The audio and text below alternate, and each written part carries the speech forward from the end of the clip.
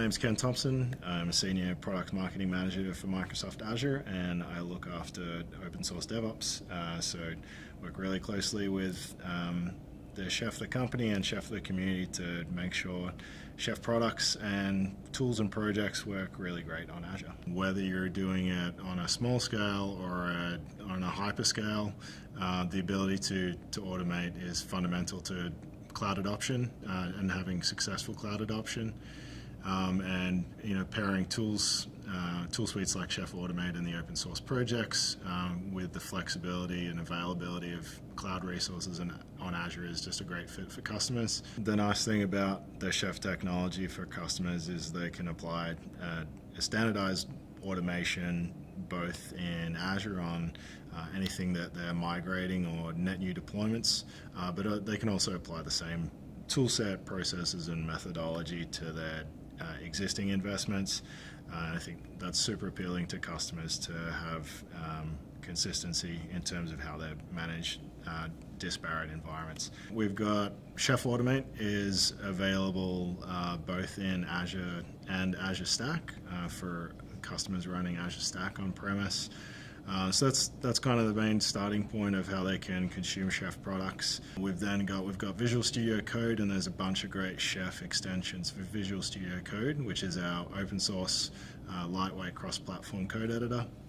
And they're all community contributions. So InSpec is super easy for customers to get started with. It's human readable, definable language to create your test, but more importantly, it's also human readable for the reports, which is great for compliance and auditing reasons. And with integrations with Azure, it's really easy to get started using. It's baked straight into Azure Cloud Shell, so you can pop that straight open in your Azure portal. It's pre-authenticated, pre-configured. You just have to bring your tests. So it also makes a really good environment to test and iterate in. And InSpec also natively supports auditing Azure resources as well as your workloads within, say, virtual machines. So you can get compliance information not only on how your application is deployed and configured in a virtual machine, for example, but also the Azure infrastructure itself. So Habitat integrates directly with Azure Container Registry, so you can directly deploy your container images to Azure Container Registry, as well as deploy natively to Azure Kubernetes Service.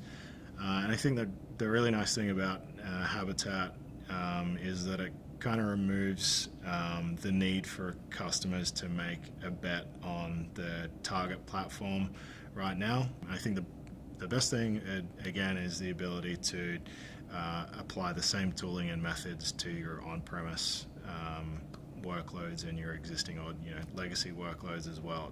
It's not just about new cloud native, it's also tooling you can apply across the board. So I think customers should definitely be embracing automation as much as they can to standardize how they're deploying, and really the ability to get scale. I think once they're using public cloud and have that availability of resources on demand, combined with the power of automation to ensure things are compliant, deployed reliably, they're going to quickly get into a cadence with their business to be able to fulfill business demands a lot quicker.